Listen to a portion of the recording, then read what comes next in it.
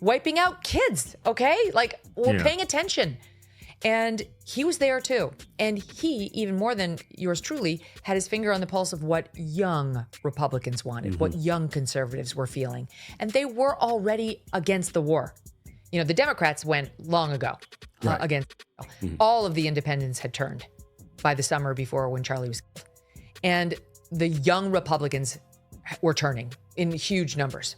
And he knew it. He had done a forum with young Republicans talking about exactly that. And it's out there. You can see it. You can Google it. Right. Megyn Kelly sat down with the Hodge twins, and their conversation sparked a huge wave of reactions online. When she was asked directly if she believes America's closest ally had anything to do with Charlie Kirk's passing, she answered, "I don't know." She stressed that she isn't willing to make that claim without stronger evidence, and said she wants to see clear proof before reaching that conclusion. Lockstep. And I knew Charlie very well, and we talked about this a lot, so I know what I'm talking about. But he and I were in exactly the same place. We had both been very, very pro in a way that was totally unquestioning and deeply loyal. And then after Gaza, and it just went on and on, we both sort of got to the point where it was like, okay, like enough. You know, your most ardent fans looked the other way for a long time, but it's gone on too long. It's gotten too brutal. You don't get an unending pass on brutality. Megyn explained that, in her view, there are enough details to make people ask questions, but not enough evidence to settle the matter. She also said she feels compassion for Erika, describing her as someone who appears to be caught between two difficult responsibilities: honoring her husband's mission and beliefs, especially during his final months, while also keeping TUSA's donors satisfied. And so Charlie was starting to turn. He was starting to turn on Israel. And he did not appreciate the pressure he was under from his donors to not turn and to not platform people like Tucker, who had already turned. He didn't appreciate it. He resented it. He was thinking about giving back their donations. And there was a question about which way Turning Point was going to go. Because, you know, the Republican Party was divided in two. Was Turning Point going to choose a side? And was it going to be, quote, the wrong side, you know, in the minds of his, like, deeply devoutly pro donors? And he died before that was resolved. Megyn suggested this could indicate that Charlie and some of the organization's donors may not have been completely aligned on every issue, adding another layer to the ongoing discussion. Megyn pointed out that Erika seems to be walking a very fine line, trying to keep the backing of major donors while also staying connected to the movement Charlie built from the ground up. At the same time, some critics see the situation very differently. They argue that it looks less like someone caught between competing responsibilities and more like a conscious shift, saying Erika appears to be moving away from the positions Charlie was best known for. Spreading that hate and speak out clearly enough against anti-Semitism so we can prevent another tragedy. Yes, sir. First of all, I'm so sorry. You and I are a part of a very small club. Painful. But you're in good company, and I will pray for you. Many people online also reacted to the fact that Megyn Kelly has spoken more openly about the pressure Charlie reportedly faced than Erika has publicly. Megyn said she accepts the official account based on the information currently available, but she also emphasized that she is not closing the door on other possibilities if credible evidence ever comes forward, including the possibility of foreign involvement. She made it clear that any such conclusion would need to be backed by solid proof. How could you hate the people? Why? Because you need to fulfill a conspiracy theory? I'm wrapped in, people say I'm a part of conspiracy theories all the time. It's sick, and it needs to stop. We are human. No one is perfect. No Christian is perfect. No Jew is perfect. No Muslim is perfect.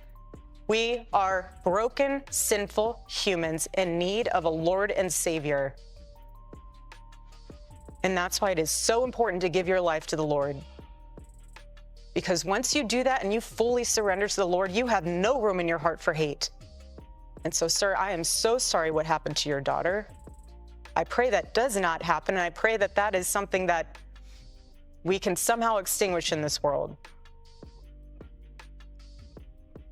But we are living in enemy-occupied territory, and every single day we need to guard ourselves, guard our minds, guard our heart, and the best way to do that is reading God's word. And you cannot separate the Old Testament from the New Testament. You cannot. And that's exactly what we're diving into today. In my opinion, Erika revealed where her priorities were when she chose not to publicly respond to questions and claims that were already being discussed across social media and in political circles. Candace, Megyn, and even people connected to Turning Point USA all commented on the situation, although several of them appeared to take a more careful and measured approach when talking about it. Sucks, doesn't it?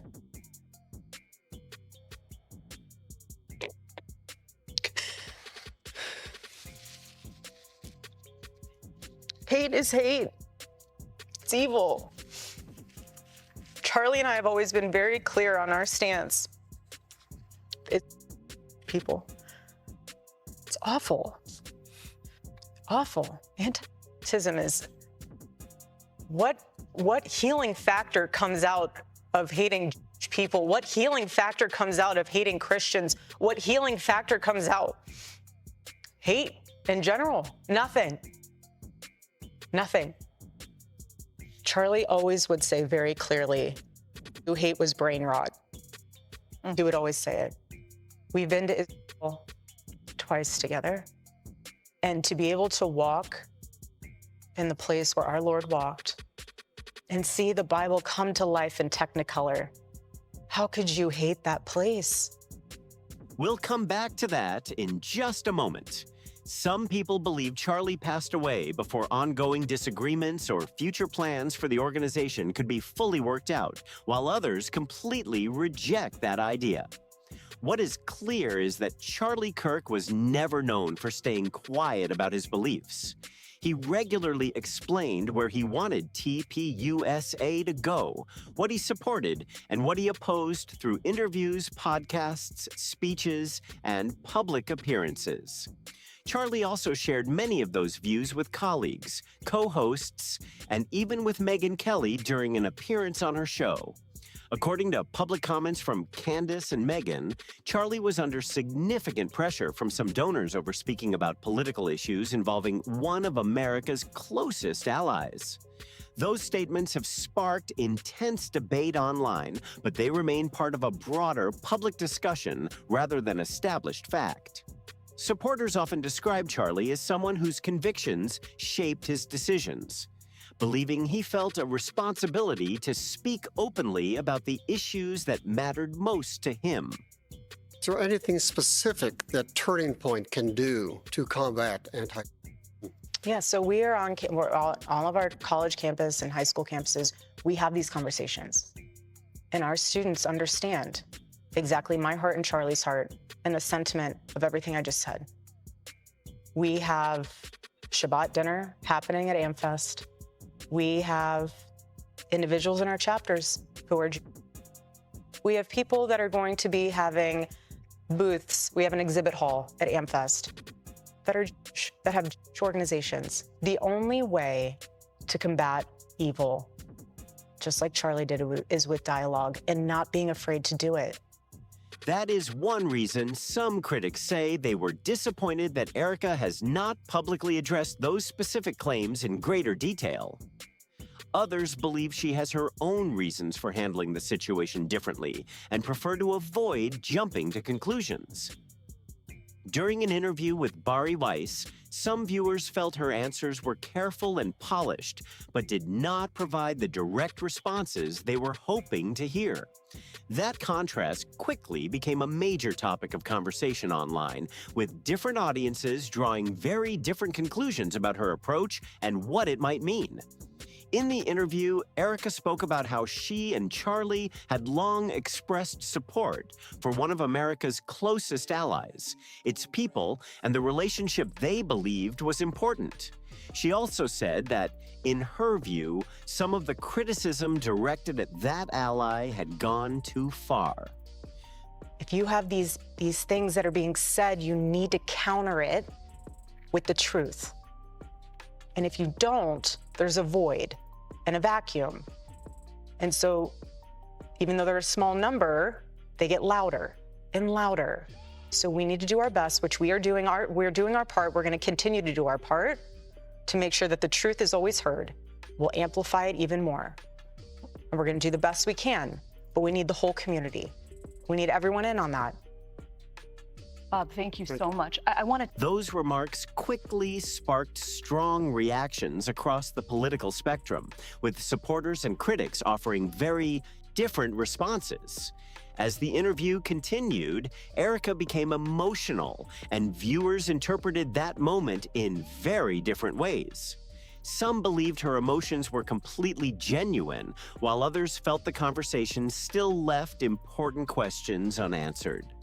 Critics argued that the interview did not fully explore the public debate surrounding Charlie's later comments, which they viewed as criticism of a government's policies rather than of a country's people or identity. Many felt it was a chance to address those difficult issues more directly. One example of how critics say that viewpoint could have been expressed is, hate was never the right path forward, but let's be honest, that region's government didn't do itself any favors with what it has been doing. Trust was lost on a massive scale.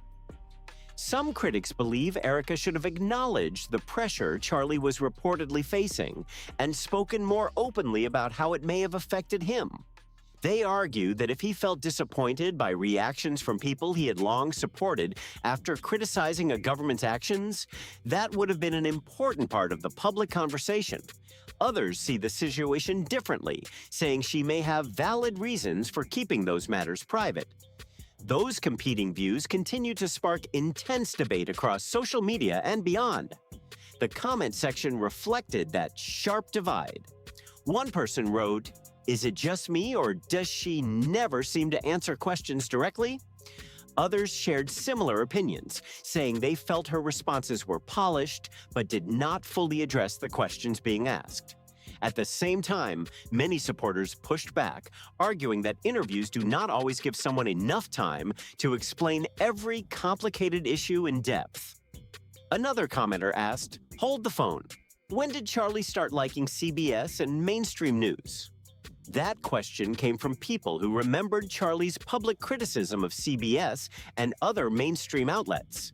They also pointed out that Erika chose CBS for a major interview and later spoke with the New York Times after Charlie's passing. For some observers, those media appearances stood out and became another topic of discussion, while others viewed them simply as opportunities to reach a broad audience during a difficult period. Some critics argue that these choices do not look like isolated events, but instead fit what they see as a broader pattern. In their view, Erika's communication style is noticeably different from Charlie Kirk's. They describe Charlie as someone who regularly confronted difficult topics directly, while they see Erika as taking a more careful approach and being less willing to engage in uncomfortable public exchanges. Supporters, however, argue that those differences simply reflect two different personalities and leadership styles, rather than any rejection of Charlie's legacy. Critics also frequently point to another interview that they believe highlights that contrast even more. Would he have invited Candace? I have no idea. I think what he was saying in that text, he's like, keep coming at me, bro, and let's see what happens, right? And Charlie was wonderfully defiant. He was wonderfully independent, and he would not, he believed in the freedom of speech, and he felt like he deserved, as a friend of his over many years, the right to speak out and have criticism. I will say one other thing, is that he's loyal. Charlie was loyal to people that he had shared history with. Right? He was asked, I think this may be what you were about to say, Blake, he was asked about Candace before in public, and he would always say, listen, we're friends. He would never say an ill word about her. And if people, tried to force him to do that about Tucker or whatever, he would always be defiant because he didn't want to be morally blackmailed. Exactly. Charlie was loyal to people who had ever been friends to him, whether it was very old donors or just people who had worked with Turning Point. Yep. And as long as they were not attacking him, he would not air any dirty laundry or, frankly, any disagreements he had with people. He did disagree with Candace on the Israel issue. He disagreed with Tucker on the. They note that the conversation was interrupted while Erika was giving a lengthy response, and some viewers felt the interviewer seemed unsure about where the discussion was heading. Erika also mentioned Shabbat dinners as part of her approach to building understanding and strengthening relationships. Some people viewed that positively, while others questioned it alongside public reports about government spending on international outreach and public diplomacy efforts. Some commentators have speculated about whether organizations such as Turning Point USA could benefit indirectly from those broader efforts. But no publicly verified evidence has established any such connection. If you remember, Candace raised this issue more than once, and it quickly became part of a much bigger public debate. There have also been claims attributed to Andrew Clavin that representatives allegedly approached Charlie with an offer that could have significantly increased TPUSA's financial resources. And so I feel for Erika because I don't think Charlie was having an easy time of that. Mm-hmm. And Erika certainly is not going to be having an easy time with that.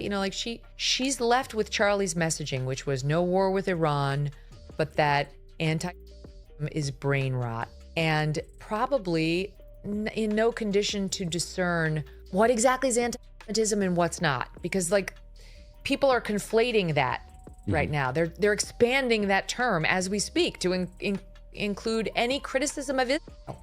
Those claims have not been independently verified. Some commentators have questioned what may have happened after Charlie's passing, but there is no public evidence confirming that any such arrangement was accepted or that it led to a major internal change within the organization. Questions have also surrounded reported group chat screenshots that circulated online. According to those reports, Charlie allegedly wrote that he felt he needed to step back from a particular cause. People associated with the Charlie Kirk show reportedly responded by saying the messages should be viewed as private expressions of frustration rather than a definitive statement of his long-term position. The authenticity, full context, and meaning of those reported messages remain disputed and continue to be debated publicly. Some people have argued that Charlie ultimately disagreed with Candace Owens and Tucker Carlson on these issues. Megyn Kelly, however, recently said she believed Charlie's views were evolving and becoming closer to positions that Candace and Tucker had been expressing. This group chat text, he does say, that he's leaving him no choice but to leave the proposal set. Here's what I want people to know. Charlie said these things publicly and privately to us, like that he was frustrated. He would say something like that, and then he would go in a public situation and he would strike a more moderate tone. And we can blow the brakes if we have to. No, I wouldn't frame it that way. I would say he was frustrated because he didn't like. We can get into this actually. Well, once we get past the break here. Well, no, it's fine. What I'm saying is he would. That reflects Megyn's own assessment based on her conversations and observations, and others have reached different conclusions. There have also been public claims that Charlie was interested in having Candace return as a speaker, although those reports have not been officially confirmed. Supporters have imagined what that reunion might have looked like if it had ever happened, with Charlie and Candace appearing together once again. Because that never took place, some people have continued to speculate about what may have happened behind the scenes. Even so, there is no publicly verified evidence explaining why it did not happen.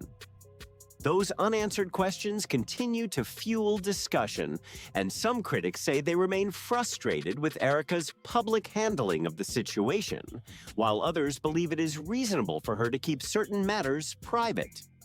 Many critics say Erika has never publicly addressed what they consider one of the biggest questions surrounding Charlie's final months: the reports that he was facing pressure from some donors over his public positions. He would be frustrated, but like the point when I say moderate tone, then when he would say something off the cuff, maybe to you or to me or to some other friend, like his public statements, he would kind of strike just a little bit more tender tone, if you will. And so here's the thing. I looked at that moment as like, he's just blowing off steam. He's frustrated. He's venting, right? And I just want to say, like, you know, he made that very clear under any circumstances that he was not going to be cowed or bullied into deplatforming Tucker, for example. He made that expressly clear to us. Those reports have been discussed by several public figures, but they have not been fully substantiated with publicly available evidence. Supporters of Charlie argue that people should be free to change their views over time and speak openly when they believe a government's actions deserve criticism, even if those opinions are unpopular. Megyn Kelly has also received criticism online, with some people urging her to take a stronger public position. Others, however, argue that it is reasonable to be cautious before making firm claims about serious matters, especially when there is no conclusive public evidence supporting allegations of outside involvement in Charlie's passing. Given how sensitive the subject is, many believe it is better to wait for credible evidence than to rush to conclusions. Megyn has said she believes Charlie's thinking was evolving on certain issues before his death, based on her own conversations with him and her personal assessment. She has also continued discussing those topics publicly from her own perspective. Erika, meanwhile, was not primarily known as a political commentator, but some observers believe she has taken on a much more visible public role since Charlie's passing. As a result, her interviews, public appearances, and comments have drawn greater attention and sparked more debate than before. Remember the website that appeared just one day after Charlie's passing, vanskirk2028.com? Its launch immediately sparked a wave of online speculation, with multiple commentators suggesting it might signal that Erika was being positioned for a future run for public office. Those claims remain speculative and have not been confirmed, but they quickly became a major topic of discussion across social media and political circles. More recently, some observers have pointed to Erika's activity on X as another reason for that ongoing speculation. They noted that she reposted Riley Gaines and commented on the issue of transgender participation in women's sports, a topic they say had not previously been a noticeable part of her public messaging. And Erika, for most of her adult life, has not been a political figure. She's been a wife. She was reality TV. She was a realtor. Like, she hasn't been in the business. This is complex stuff, right? Even for me. And I've been in law and politics for a long time, decades.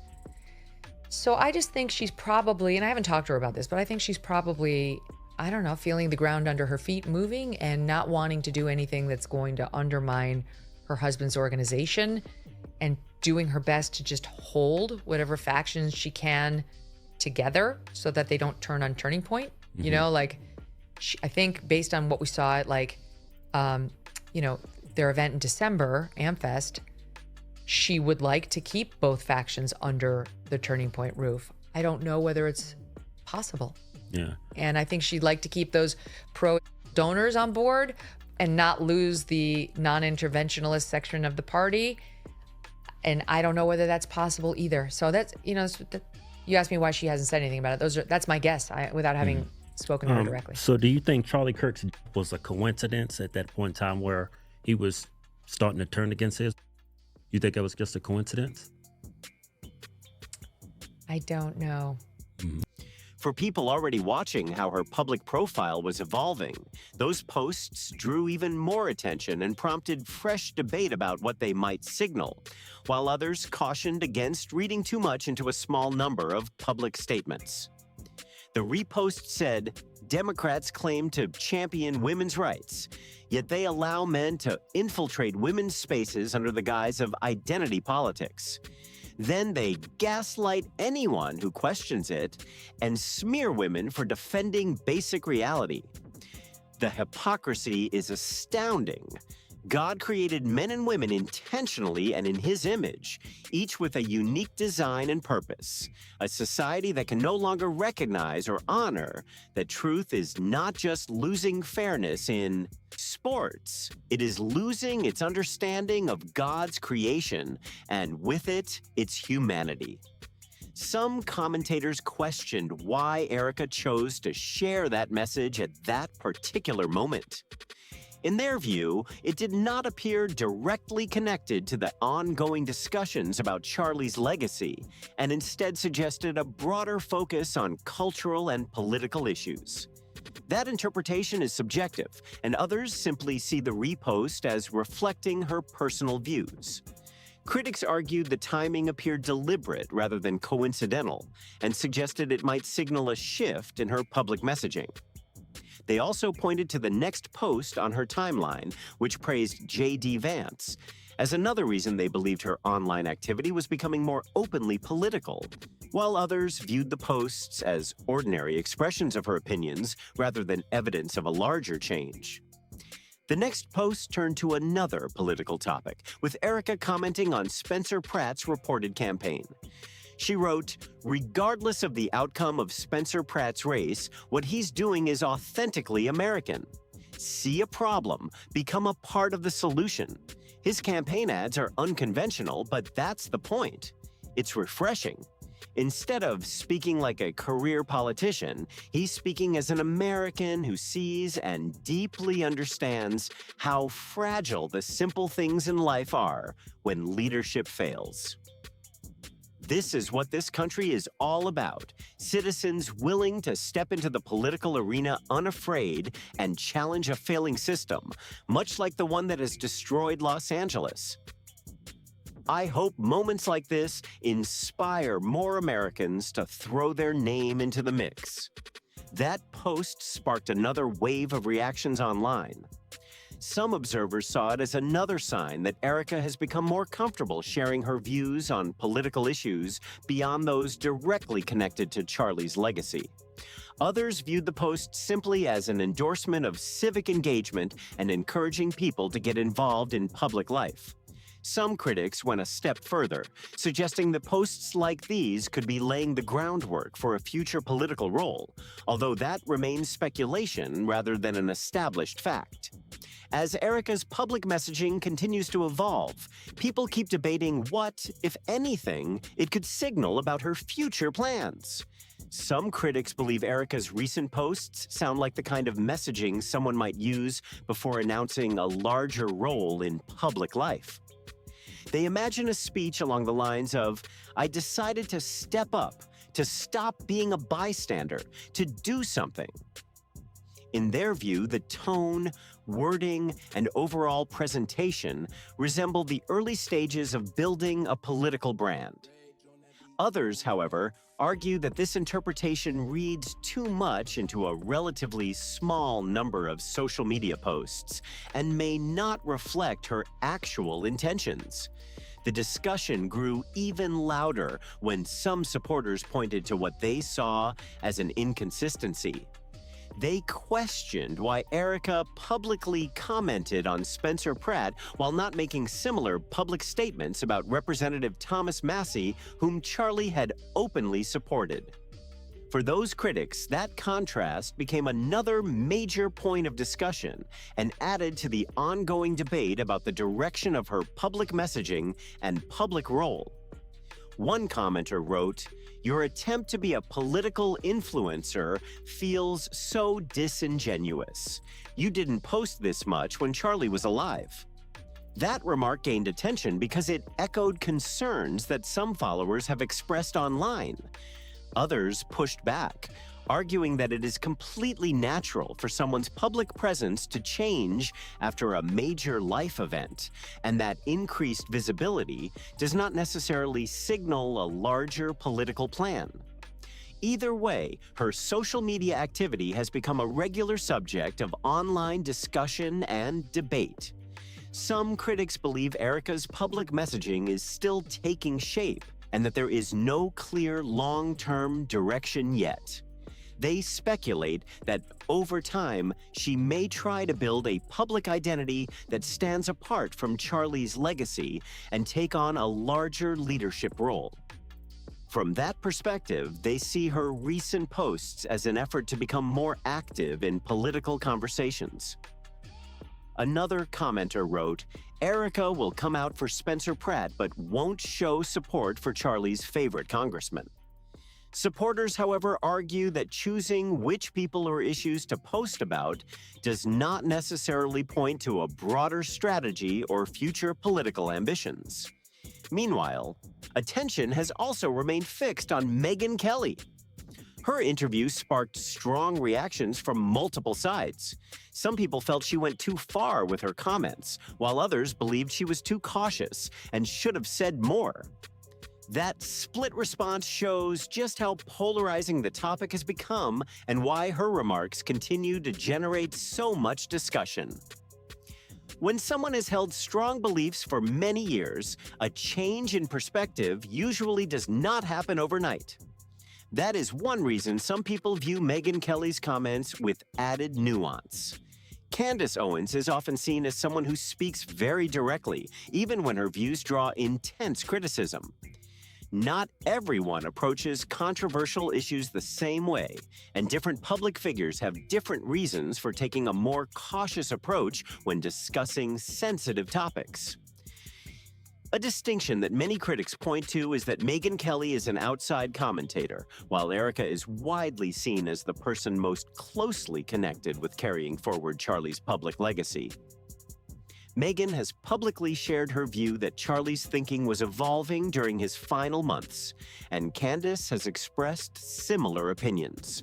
Those are their personal interpretations based on their own experiences and conversations, and others have reached different conclusions based on the information available.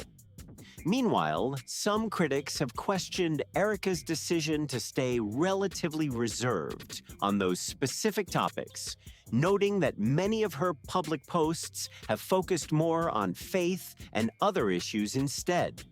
They argue that this approach has left important questions unanswered and kept online speculation alive. Supporters, however, contend that choosing a more private approach or a different communication style should not, by itself, be treated as evidence of someone's motives or sincerity. Look, I don't agree with everything Megyn Kelly says, and I don't have to. From my perspective, she seems to be working through these issues in public and trying to reach conclusions she believes are supported by the information available. I'm willing to wait before making a final judgment. One thing that stood out to me, though, is that she chose not to attack Candace Owens or dismiss her simply for asking difficult questions, and a lot of people noticed that. Megyn also pushed back against criticism aimed at Candace and defended her ability to raise uncomfortable topics without being immediately dismissed. Supporters saw that as a meaningful moment because they believed it reflected a willingness to defend open discussion, even when doing so could invite criticism. In an environment where many public figures weigh every word carefully, some people viewed that position as unusual and worthy of recognition, while others disagreed with her approach. Commentators also pointed out that Ben Shapiro is an influential voice in conservative media, so publicly disagreeing with him, even on a limited issue, can carry professional and political consequences.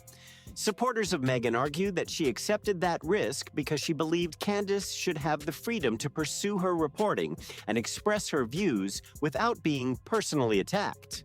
Others, of course, see that exchange differently, but it quickly became another major topic of debate online.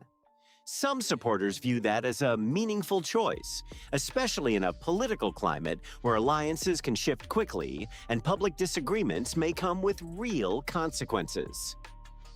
For them, the larger question is who is willing to accept personal or professional costs for expressing views they genuinely believe. They point to Candace Owens as one example, arguing that she continued speaking even after facing criticism, losing opportunities, and straining relationships with some people. Others believe Megyn Kelly is beginning to step into similarly controversial territory, although in a more measured and cautious way. They also point to Tucker Carlson as someone who has publicly discussed issues that, in their view, many people avoid. Supporters see these figures as engaging directly with contentious political debates instead of limiting themselves to broad or inspirational messaging alone. One theme that keeps coming up is the idea that Charlie Kirk's views may have been evolving over time. Several people who knew him or have spoken publicly about him, including Megyn Kelly, have suggested that he was re-examining certain issues during his final months. While there is no consensus on exactly how his thinking may have changed, many observers believe he was working through difficult questions about his convictions, his public role, and the expectations placed on him.